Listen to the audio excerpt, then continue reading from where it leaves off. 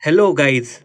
Investment banking is one of the most profitable fields in the financial industry. We are still 1 month away from saying goodbye to 2022, and by this time, the investment banking market has made a whopping amount of $155 billion in its global expansion. In 2021, it was estimated to be over $138 billion, implying that the investment banking sector grew by 12% in a single year, and that too during the early period of COVID aftermath. Now, all that does sound fancy, but for many people, the world of investment banking sounds like a foreign language. Don't you guys worry if the same holds true for you. This high stakes industry continues to baffle even banking scholars with its complexity. Nonetheless, with salaries starting at 113,000 US dollars a year, it's no surprise that so many people dream of becoming the next Wolf of Wall Street in the sector of investment banking. And today, we are here to help you take the first step towards this dream by discussing the fundamentals of investment banking. But before we actually get started with that, I'd like to request all of you guys to enable both the subscribe button and bell icon so that you never miss any update from Intellipaat YouTube channel. Through this session, we are going to touch upon queries such as what is investment banking? Why is it so lucrative? How do investment banks differ from commercial banks? How do they work? And what are the possible future career prospects in this field? I hope I have made myself clear with the blueprint that this session is going to follow. So, before we get into descriptive details of investment banking, let's first turn the clock and understand how this banking field got incarnated. From the early 19th century, commercial banks in the US performed the functions that we now associate with investment banks. But during the period of civil war, everything just suddenly changed. The US federal government needed more money to finance their military initiatives. However, they had no bright idea about how to raise that substantially large amount of money. That's about the time the man named J. Cook, the Philadelphian financier, stepped up. In 1861, this guy laid the foundation for the first ever American investment bank aiming to help the federal government. That means the US government became the first ever client of investment banking. Governments wanted money to fund their multiple projects. But why would someone invest their hard earned money without any sort of security, right? That's where the idea of releasing securities, or what we commonly call bonds, came into existence. Governments started issuing the bonds to gather investments, build infrastructure, and more importantly, to support its growing economy. Initially, what investment banks did is they bought all those bonds from the government and sold them to the private investors for profit. Today, they function in pretty much same way itself, just with different sets of parties involved. Now, this might lead towards another question, from where those billions of dollars are pouring into the business. Well, the business model is quite straightforward.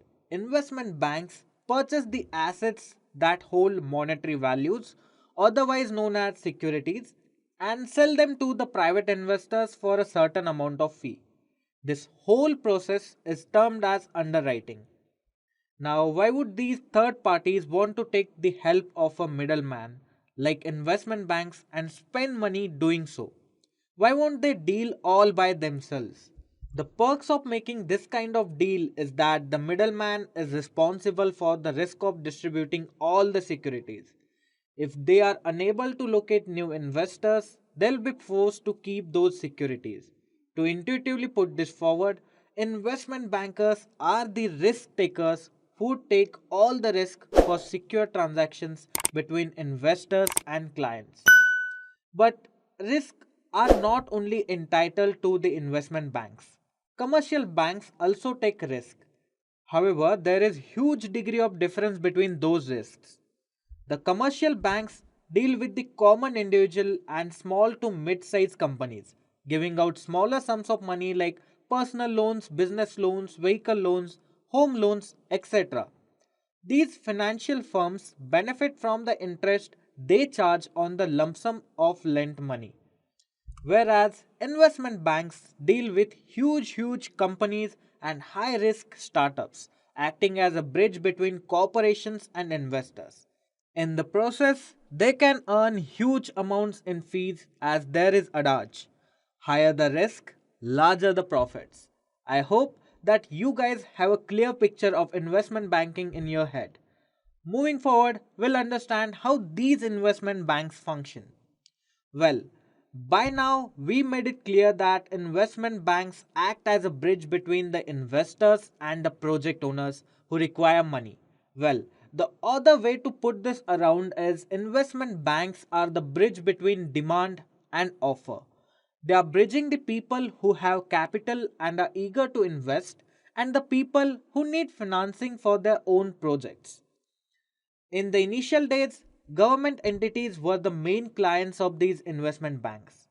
Governments took support from these banking institutions to build highways, railroads, to improve infrastructure, to fund military operation and whatnot. Now, what these governments used to do is they used to issue some bonds and approach investment bankers or middlemen to produce some sort of financial solution.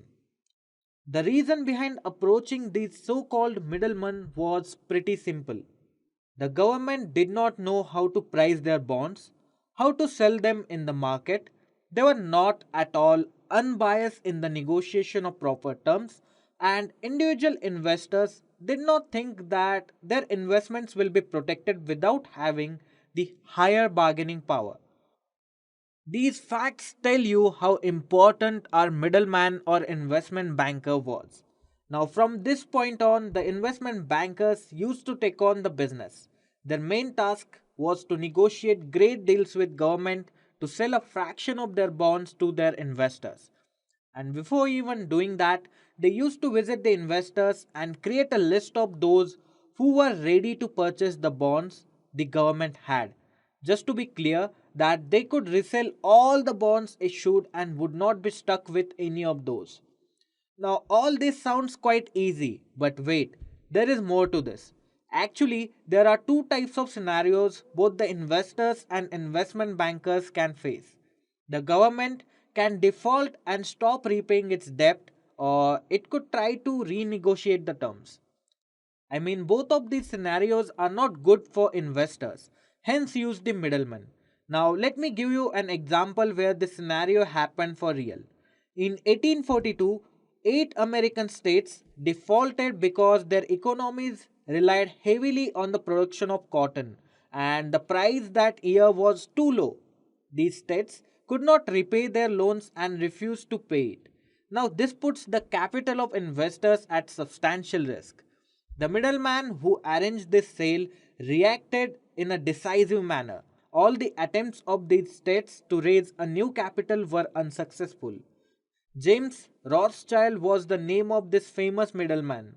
This famous investment banker was quoted saying to a federal state representative that you may tell your government that you have seen the man who is at the head of financier of Europe and that he has told you that they cannot borrow a dollar, not a single dollar. As a result of these Rothschild's actions, the defaulted states agreed to a restructuring plan, which satisfied the investors and repaid them their capital. This scenario proves how important it is to have a reputed investment banker in deals like this. Now, this is a scenario of past. What about now? Well, the thing is, investment banks still do work the same. It's just they offer a variety of services now. They definitely still do raise capital, but besides that, they have specialized in areas like mergers and acquisitions, underwriting, private equity, and venture capital. These banks hire quite a number of employees every year in roles such as banking analyst, investment banking associates, portfolio managers, private wealth managers, market research analysts, investment strategists, investment consultants, and many more. And using these sets of people, they run the empire of money. Different teams work on different sets of deals in the particular demographic areas. And the presence of these top investment banks is of global level. They have rooting in almost every industry and every country possible. Also, these financial institutions have been around for centuries now. Hence, people do put immense amount of trust in their names. Now, just to give you an idea, here is the list of notorious investment banks across the globe. We have Barclays, JP Morgan, Citi, Credit Suisse, Goldman Sachs, Deutsche Bank, Merrill Lynch, and Morgan Stanley. Now, the youngest of these banks is 88 years old, and if we talk about their average age, it is significantly higher, that is 187 years.